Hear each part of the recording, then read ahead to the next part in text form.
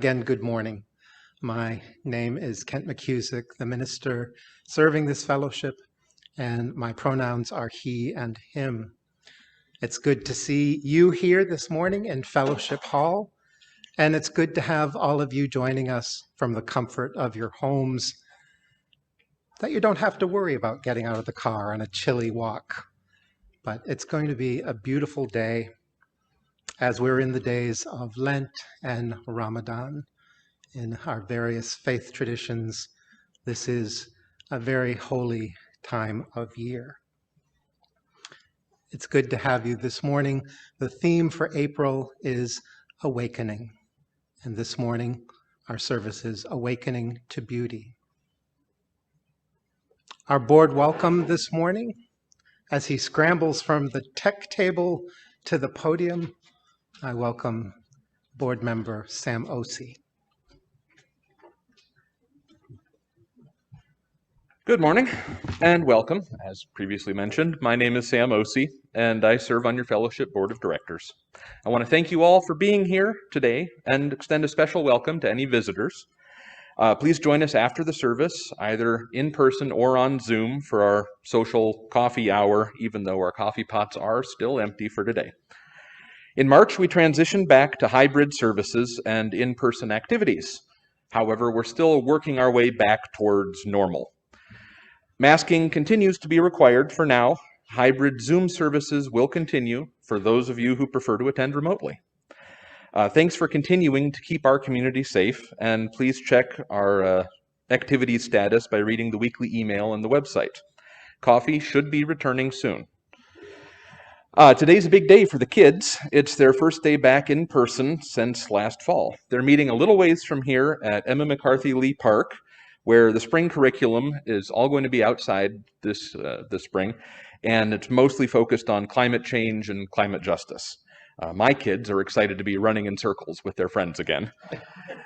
This week, we're starting to accept applications for a new full-time religious educator, and our RE search committee hopes to be conducting preliminary interviews by the end of the month, and the process of searching for our future interim minister is also underway.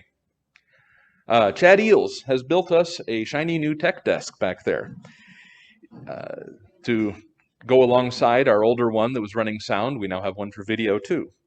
If you're interested in learning more about how our audio-video systems work, you can talk to Bradley, Dan Haug, Mary Richards, or myself, even if you don't consider yourself to be tech savvy.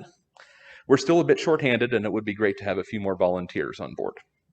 So, on behalf of this caring, nurturing congregation, I welcome each and every one of you to this sacred space.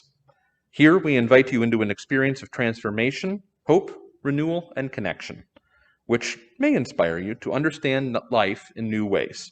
Thanks for joining us today.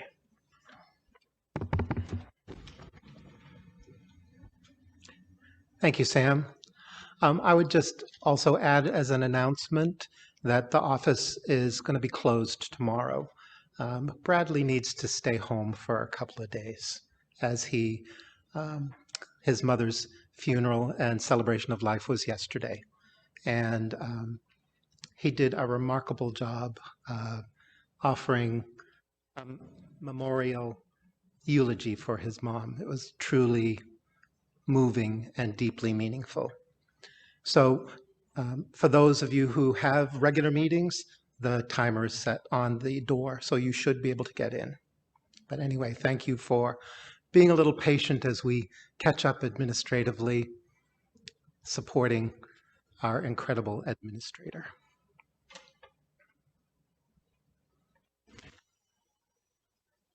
Service with the ringing of our chime 3 times.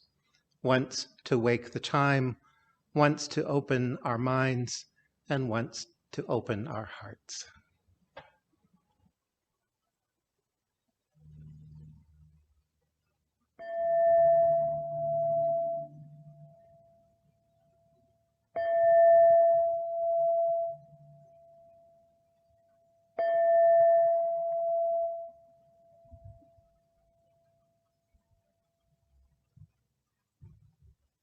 In the world of the driven, let us be drawn in. Let your love be a given. Let us be drawn in. To imagine, to dream, to create, to redeem. For the sake of the living, let us be drawn in.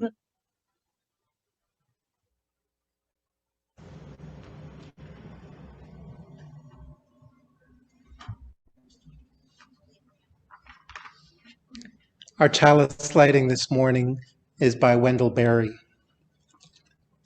We clasp the hands of those that go before us and the hands of those who come after us. We enter the little circle of each other's arms and the larger circle of lovers whose hands are joined in a dance, and the larger circle of all creatures passing in and out of life who also move in a dance, to a music so subtle and vast that no ear hears it except in fragments.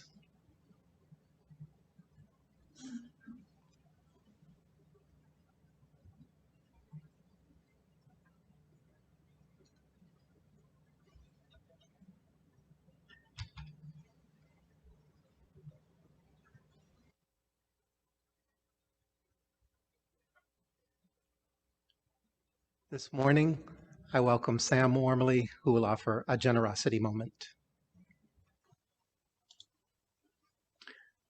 This is Sam Wormley. Most of us have a pretty good idea of what generosity is. I've been thinking about generosity. What is it really?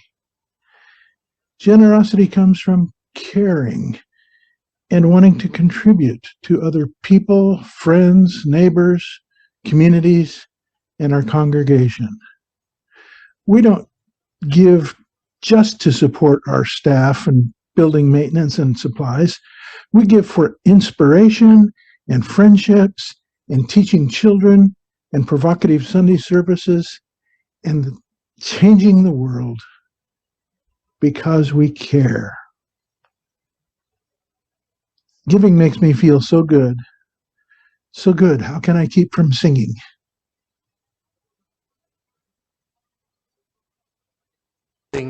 To the theme of Sam's generosity, our prelude this morning is My Love Flows On in Endless Song.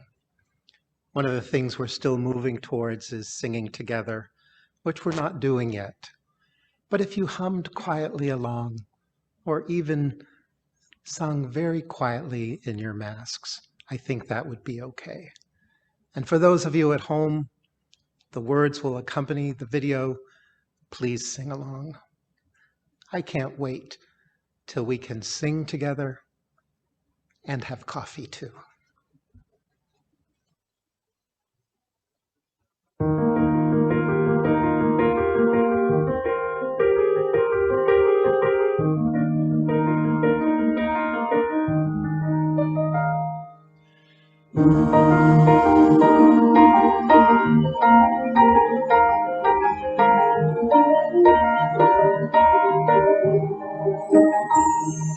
My life flows on in endless song above Earth's habitation.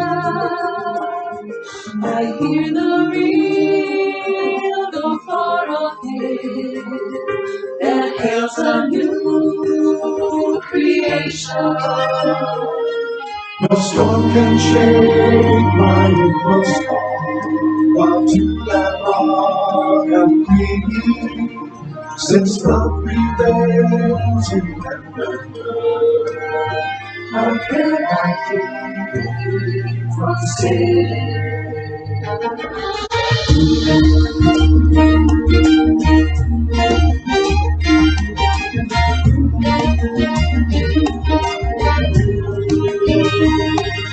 While others have the strong walls, I know the truth delivered.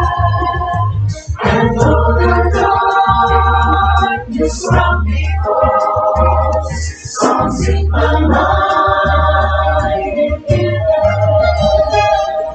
No storm can shake my inmost soul, but to that rock I'm clinging. Its love prevails in how can I keep from singing?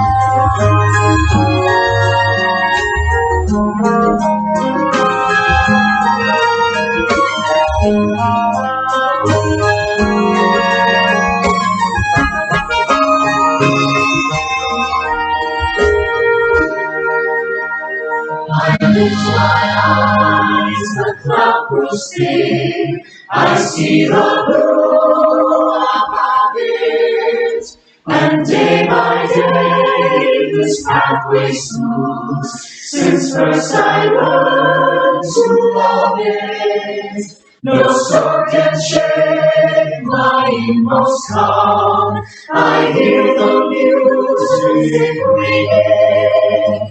It sounds an echo in my soul. How can I keep from singing? How can I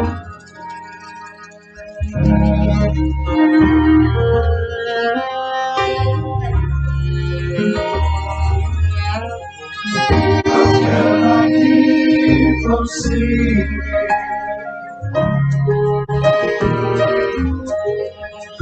How can I keep from singing?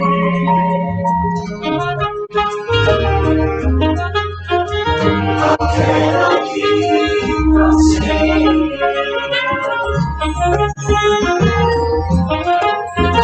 How can I keep from singing?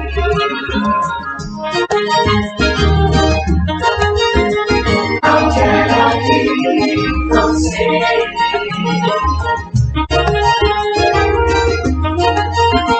How can I keep from singing?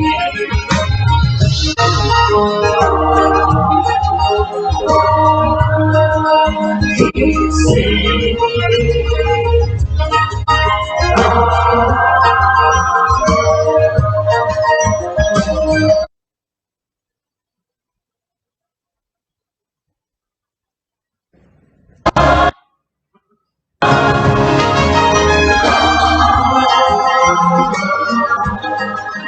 Keep singing.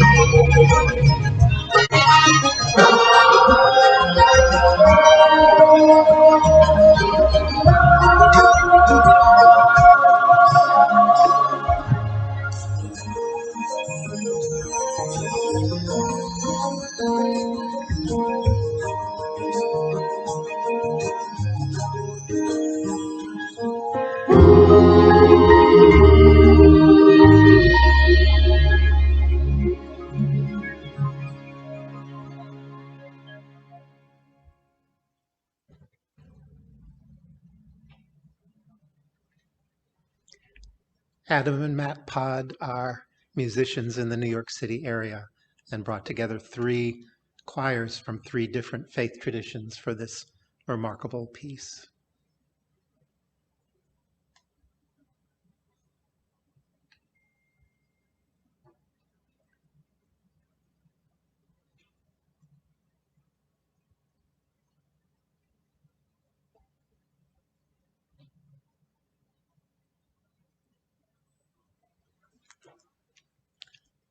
Our time for all ages this morning is a story called Sky Color by Peter Reynolds. Sky Color, written and illustrated by Peter H. Reynolds. Marisol was an artist. She loved to draw and paint, and she even had her very own art gallery. Not all her art hung in a gallery. Much of it she shared with the world. She painted posters to share ideas she believed in.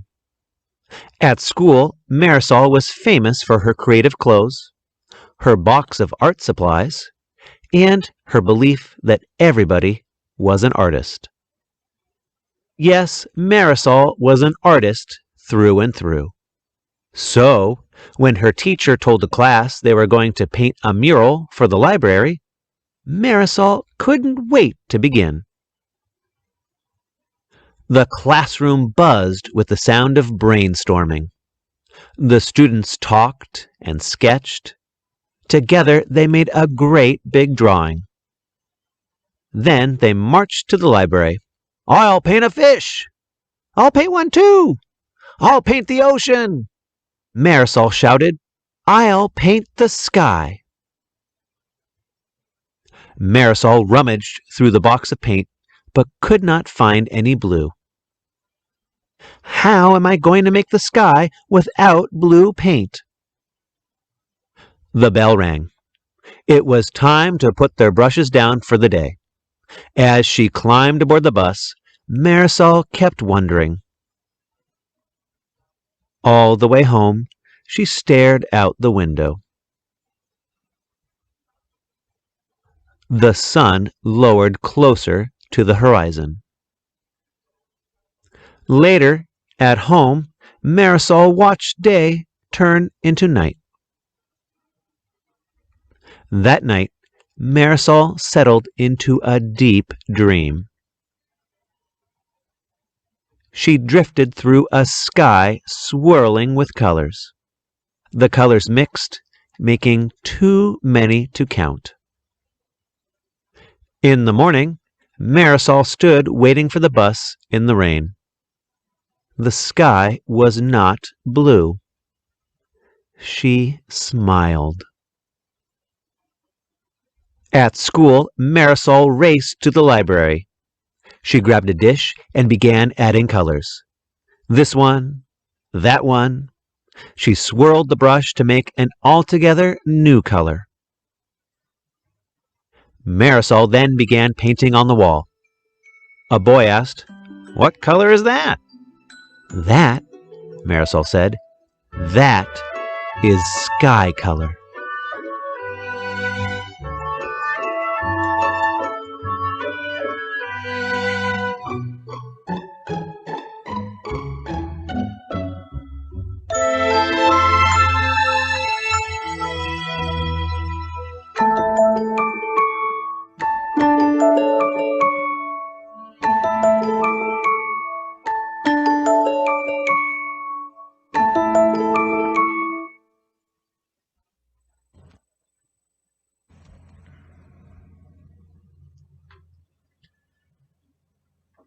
Our offertory recipient for the months from March through May is the Community Academy Micro School. This new endeavor takes a different approach to education, engaging students in nature, relationships, and involvement in our community. UUFA members Mike and Andy Todd are at the center of the Micro School's founding. Let's hear a few words from Mike this morning.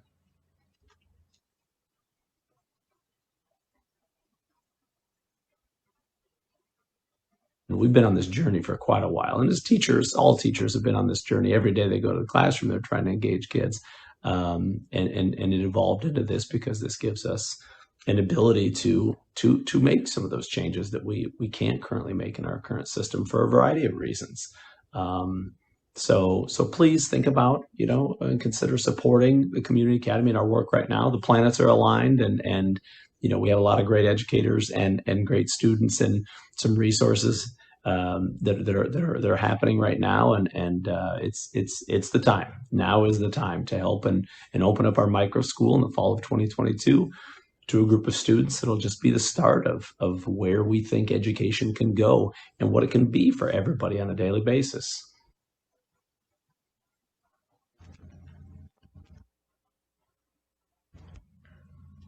All gifts given and received for the Academy through March and May will be fully matched by Larry and Sue Kerrison.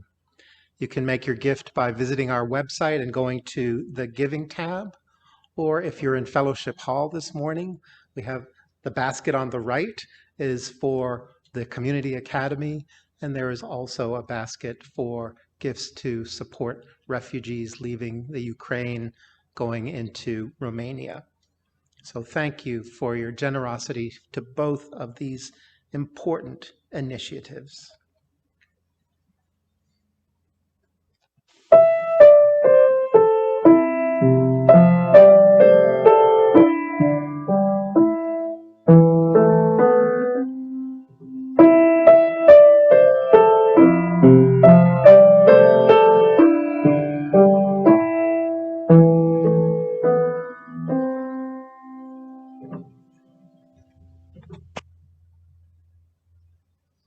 Good morning. I'm Dan Haug. This is To Receive Each Day as an Invitation by John O'Donohue. The liturgy of dawn signals the wonder of the arriving day. Magic of darkness breaking through into color and light is such a promise of invitation and possibility. No wonder we always associate the hope and urgency of new beginning with the dawn. Each day is the field of brightness where the invitation of our life unfolds. Each day is an intricate and subtle matrix. Written into its mystery are the happenings sent to awaken and challenge us. No day is ever the same, and no day stands still. Each one moves through a different territory, awaking new beginnings. A day moves forward in moments, and once a moment has flickered into life, it vanishes and is replaced by the next. It is fascinating that this is where we live, within an emerging lacework that continuously unravels. Often, a fleeting moment can hold a whole sequence of the future in distilled form. That unprepared second when you looked into a parent's eyes and saw death already beginning to loom. Or the second that you noticed a softening in someone's voice and knew that a friendship was beginning. Or catching your partner's gaze upon you and knowing the love that surrounded you. Each day is seeded with recognitions.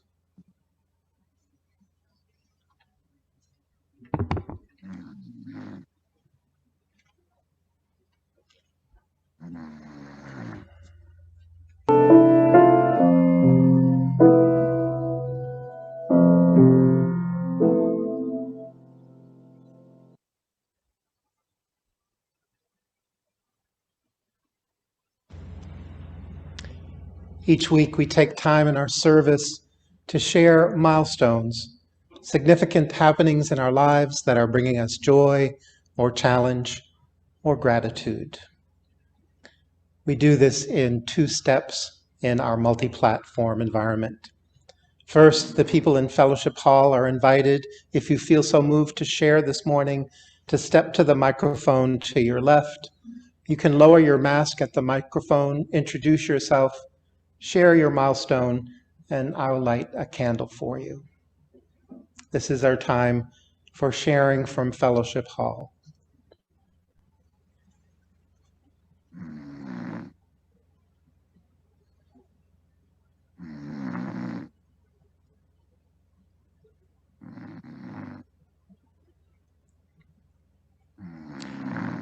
We'll shift to the technology to welcome friends at home to share a milestone if you have one. And when the technology is ready, Sam Osei will let you know verbally.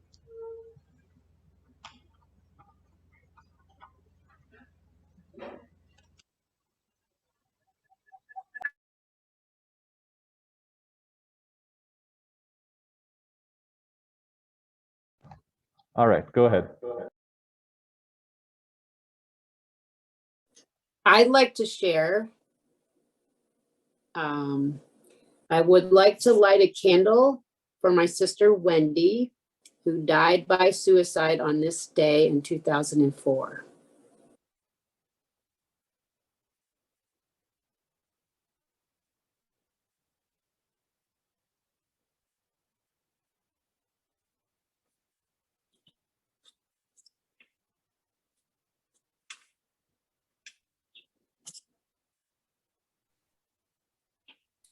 I'd like to light a candle. This is Matt. coming to you from Asheville, and I'm celebrating the end of my first week of the spring quarter at seminary, and I'm excited about it. I'm taking a UU history course, and I'm doing an independent study on UU philosophy, and it's really an exciting time. I'm also taking Introduction to the New Testament and a course on the Holy Spirit's relationship with healing. So there's a lot of fun things going on. It's remarkably challenging, but also rewarding. And once again, I wanted to acknowledge that, at least in part, I'm devoting my studies to being in community with you all, and I look forward eventually to being able to contribute something from my seminary experience to the community. Thank you, and I'm done.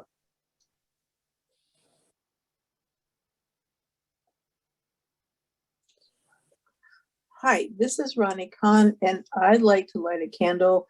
There are 4 people moving out of our building within the next month, and 3 of them are going to assisted living facilities because they need more care. And I just would like to send hope that they do well. Thank you.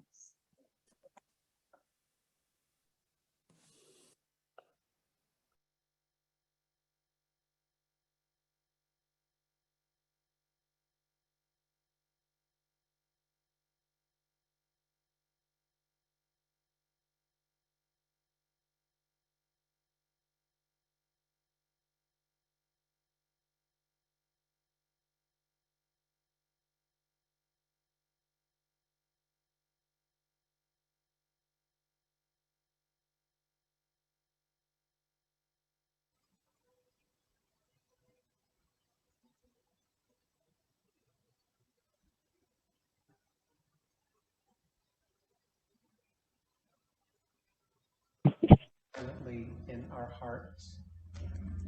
Whatever brought you here today, whether you're in Fellowship Hall or joining us from home, know that everything you carry, this community of love carries with you. No one ever needs to make this journey alone. You are loved. Let's be together in a moment of silence.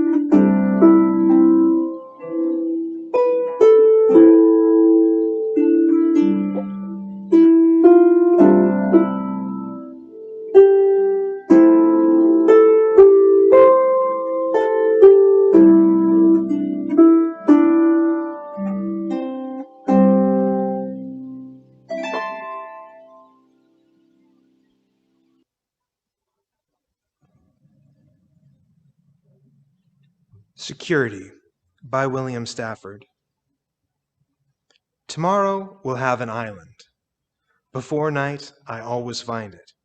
Then on to the next island.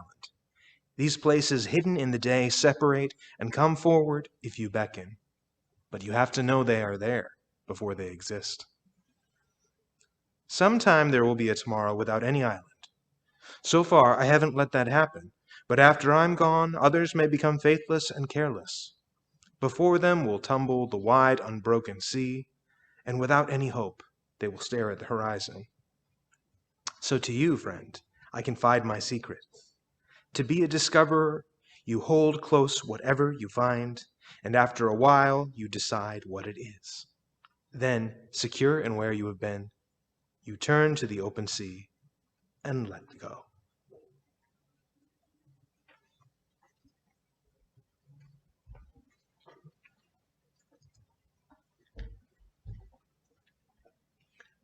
I invite you to enjoy our hymn number 112, Do You Hear?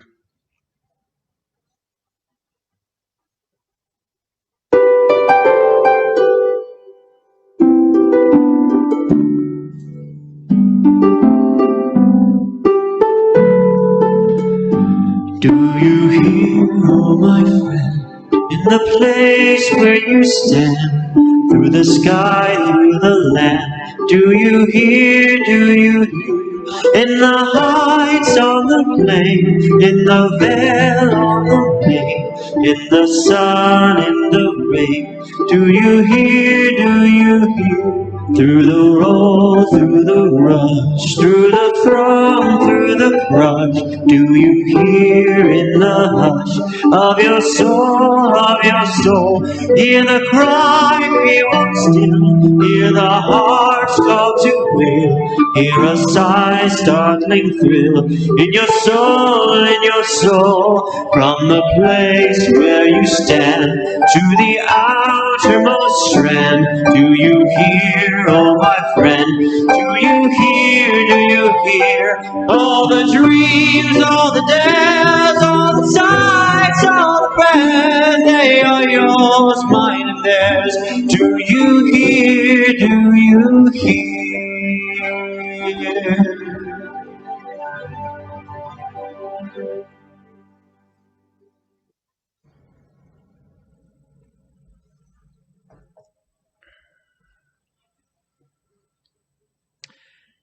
Matt in Ashland is going to think that I wrote this just for him.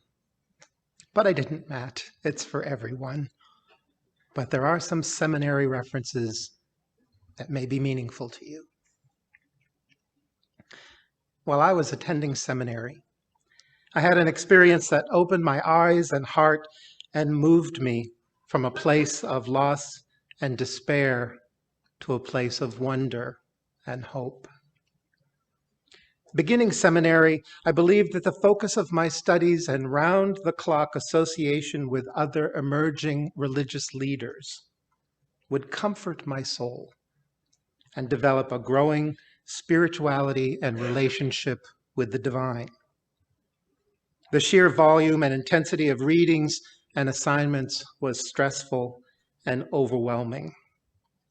I quickly found myself experiencing a crisis of faith. The work of scholarship seemed to move me away from the deep connection to the divine and a sense of call to the ministry. Had I made a terrible mistake? I told my story to a spiritual director, a deeply compassionate woman who listened patiently without speaking for 30 minutes. She smiled and laughed when, near the end of my story, I told her that I had lost my faith. She looked deeply into my panicked eyes and said, "Oh, Kent, you have not lost your faith. You're simply moving too fast to be able to see the depth of your spiritual journey. You're like a train going faster and faster, and the view out the window is getting more blurred with each passing mile. You need to stop the train every now and then, even if it's only for 5 or 10 seconds, several times a day, to appreciate the beauty that surrounds you. To stop for a moment and silently give thanks for a stranger's smile, or the feel of sun on your face, or a flower that catches your eye. By doing this, you will discover that your faith is actually growing, not dissolving. You just need to take the time to experience it. From that day forward, and particularly when I'm feeling a crisis of faith, which seems to be a normal part of a minister's life.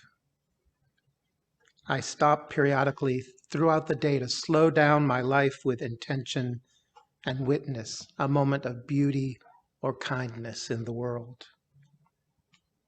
I was on the brink of being overwhelmed by a busy and chaotic life. A shift in perception, a momentary stillness in a life of intensity and movement altered my self-awareness and ability to focus on a little slice of the universe. If you have ever felt or are feeling overwhelmed by intensity or chaos in your lives, because I know you do, remember the hymn, "Do You Hear?"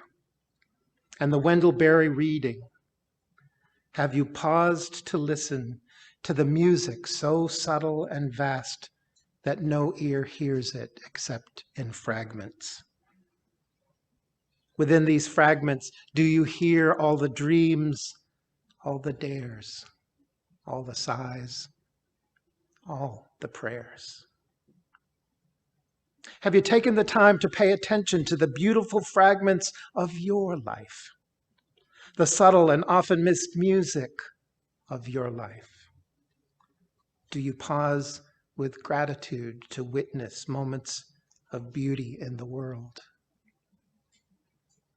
This is a spiritual problem for many of us in a world that keeps moving faster and faster, that continually focuses our attentions more and more on making the grade and completing a task as soon as possible. A world that increasingly encourages us to focus on the end product and where we are going at the expense of where we are now, what lays before us, what might be.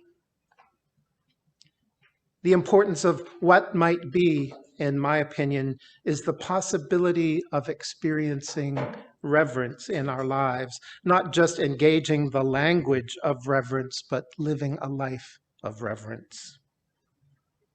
In his remarkable book, Beauty, the Invisible Embrace, the late Celtic poet, philosopher, and theologian John O'Donohue defines reverence as respect before mystery, a dignified attention showing that the sacred is already here, the recognition that one is always in the presence of the sacred.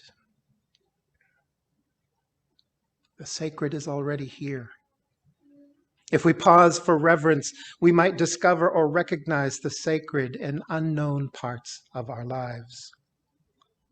O'Donohue writes, "When we devote no time to inner life, we lose the habit of soul. We become accustomed to keeping things at a surface level. The deeper questions about how we are and what we are here for visit us less and less. If we take time for soul, we will come to sense its dark, luminous depth. If we fail to acquaint ourselves with soul, we will remain strangers in our own lives." End quote. That's a frightening thought. Not that we will become strangers in our own lives, but that we will remain strangers to ourselves and each other. In a quest to deepen my religious life, I initially failed to devote energy and time to an inner life. I became a stranger in my own life until I made a commitment to slow down several times a day, not just to acknowledge, but to savor a moment of beauty, to awaken to a moment of beauty and be thankful for the presence of beauty and the sacred in my life. You can pause and take a look out the window. Your favorite window that you haven't been able to look out for 2 years, and savor that view. Savor the thought of the beauty of this place where we gather. In Unitarian Universalist terms, we have the opportunity to rediscover ourselves, to be reborn, not once, not every day, but possibly many times a day. The sacred is already here, and each and every one of us is part of the sacred fabric of life. Now, I had a significant epiphany of reverence and the sacred in Tolono, Illinois. Have any of you ever heard or been to Tolono, Illinois? It's a little town that you can pretty much not notice if you don't slow down, just south of Champaign-Urbana. And I have two really close friends who live there and run a daylily farm and work and live in that farm. In the 1980s, when I visited there from Maine, which is my home state for those of you who are visiting, I found the Illinois landscape to be, well, be patient with me here, quite dull, flat, without trees, no mountains, visually boring. So inferior in comparison to the beauty of Maine, the landscape given shape only by the fog of a rainy week. I wondered how my friends could live in such flat desolation. After all, Rod was from Maine. He should know better than to move to such a place of dissolution and boring visuals. In my understanding of beauty at that time, I was absolute in my misguided and judgmental perceptions. Many Unitarian Universalists are challenged by the notion of anything being absolute. And I have embraced this question because there are no absolutes. Oops. We'll come back to absolutes. I returned for another visit in the spring of 2006, which would have been my second year of seminary, after embracing the daily spiritual practice of pausing to appreciate. This time I discovered an amazing farmland of incredible beauty that I had previously not seen. A 360-degree view from the fields behind their farm, behind their house, that extended 7 miles to the horizon. I had a hard time comprehending and holding what I was seeing.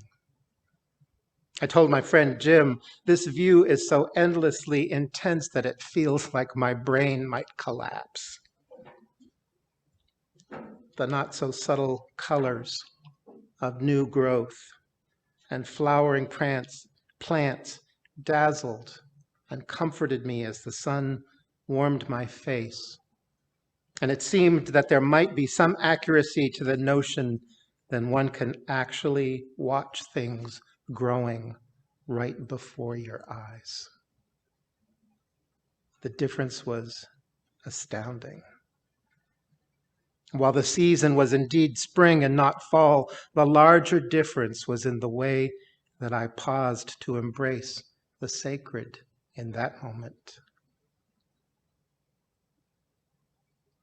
When was the last time you slowed down, just for an instant, to appreciate the moment and place from where your life will continue?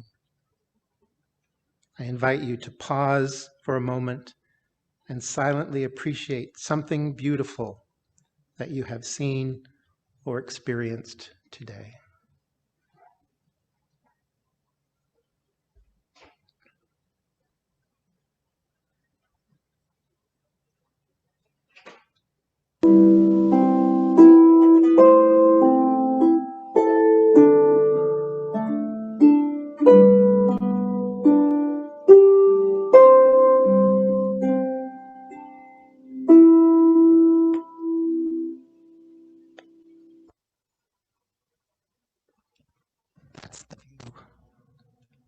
from behind my friend's house.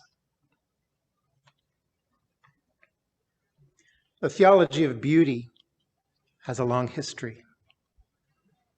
In an 1838 address, Unitarian theologian William Ellery Channing spoke on beauty. He said, "In looking at our nature, we discover among its admirable endowments the sense or perception of beauty. We see the germ of this in every human being, and there is no power which admits greater cultivation. And why should it not be cherished in all? The provision for this principle is infinite in the universe. There is but a very minute portion of the creation which we can turn into food and clothes or gratification for the body, but the whole creation may be used to minister to the sense of beauty."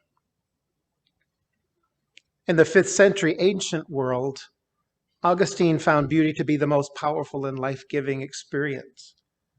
In their book, Saving Paradise, Rebecca Parker and Rita Nakashima Brock share that the word beauty is rooted in the Greek word kalos, meaning whole and vigorous, not simply an object to perceive and behold, but a shining presence of spirit in all things.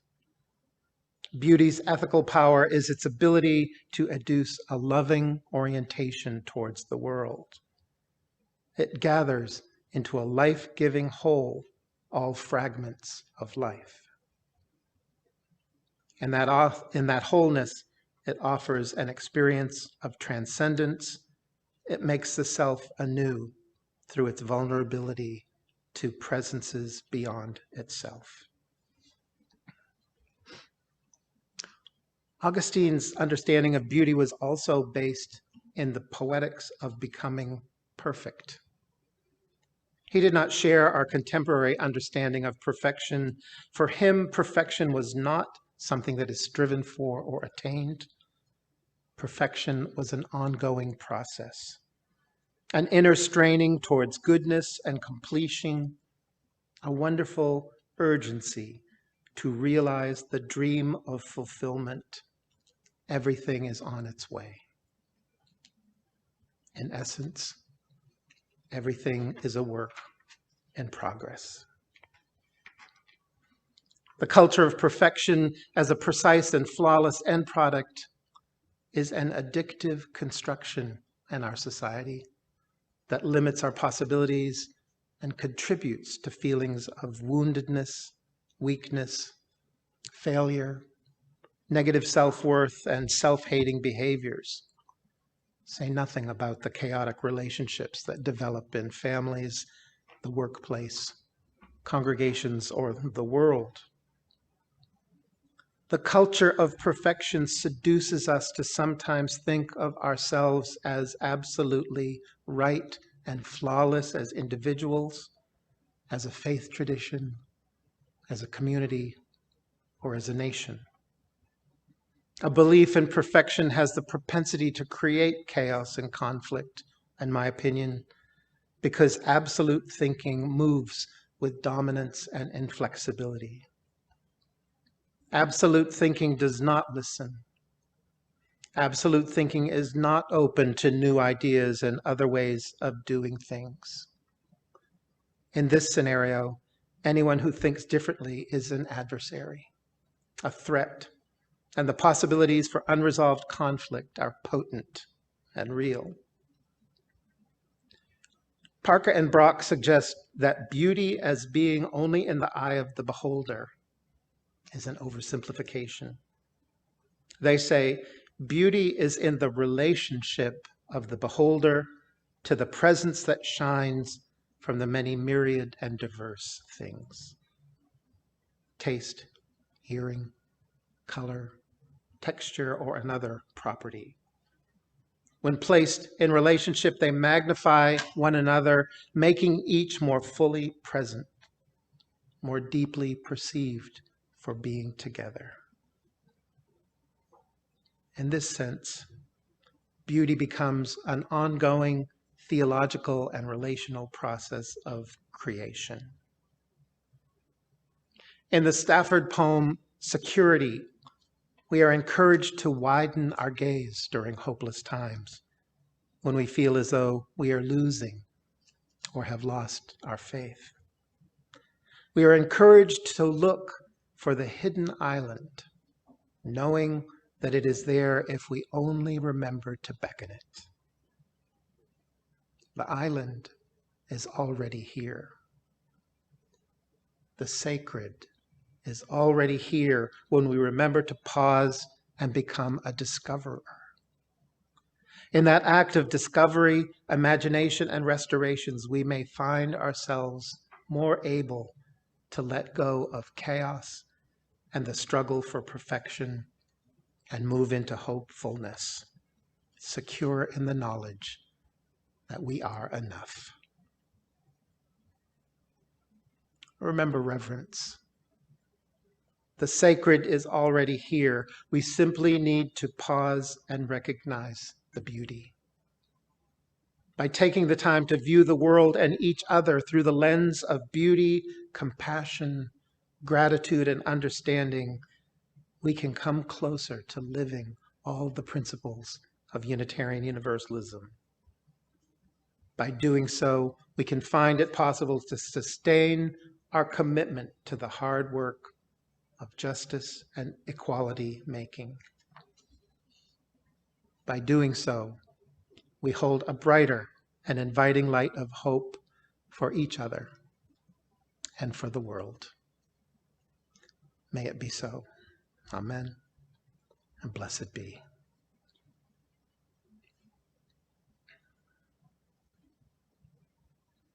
Our closing song today is Holy Now by Peter Mayer.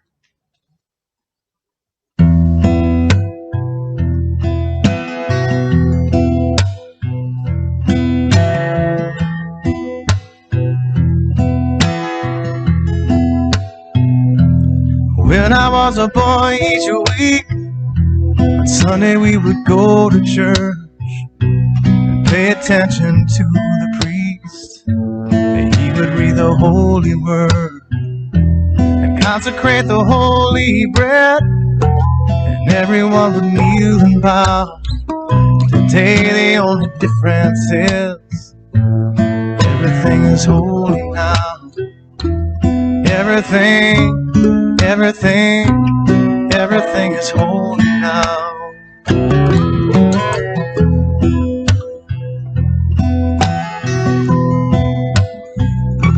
And when I was in Sunday school, we would learn about the time Moses split the sea in two, Jesus made the water wine. And I remember feeling sad, miracles don't happen still. Now I can't keep track, 'cause everything's a miracle. Everything's a miracle.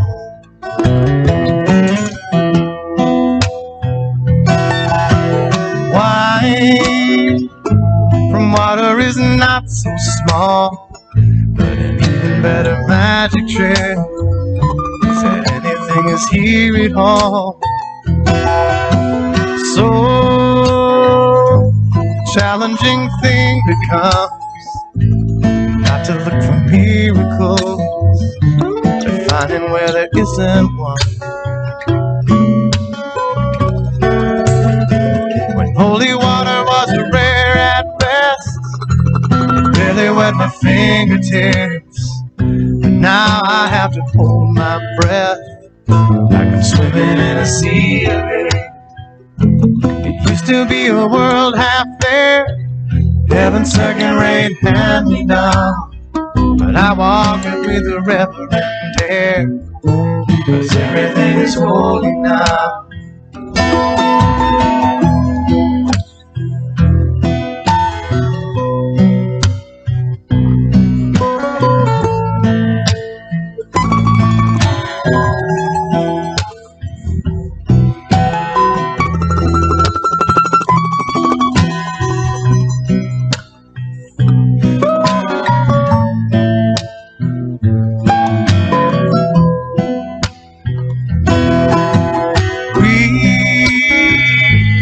questioning child's face.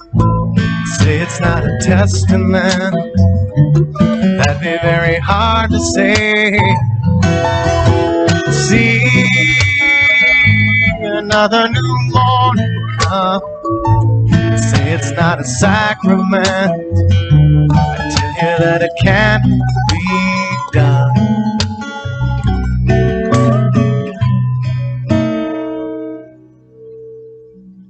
This morning outside I stood, I saw a little red-winged bird shining like a burning bush and singing like a scripture verse. It made me want to bow my head. I remember when church let out, how things have changed since then. Everything is holy now. It used to be a world half there, heaven's second-rate hand-me-down, but I walk it with a reverent air, 'cause everything is holy.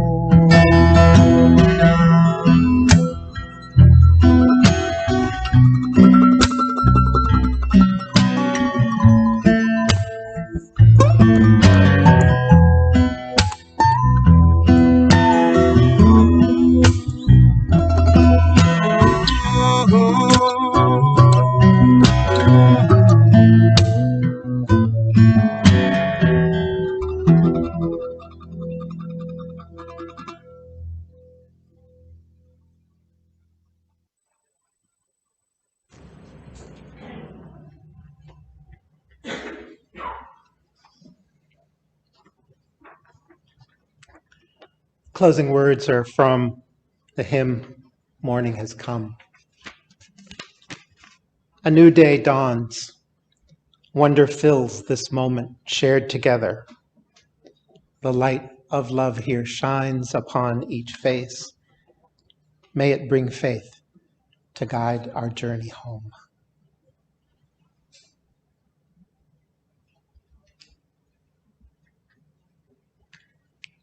Thank you for being with us this morning in Fellowship Hall and from home.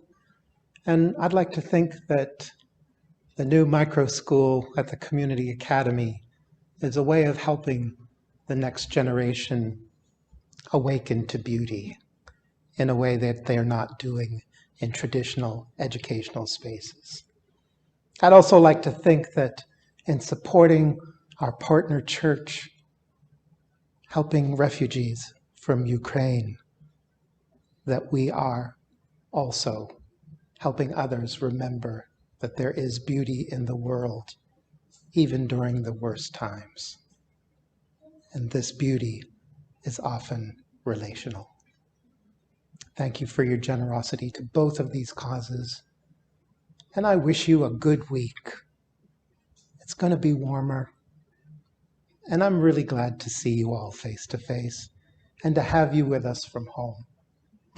Blessings and special thanks to Sam and Mary, our tech crew this morning. Without them, we wouldn't be a whole community. How great is that? Thank you.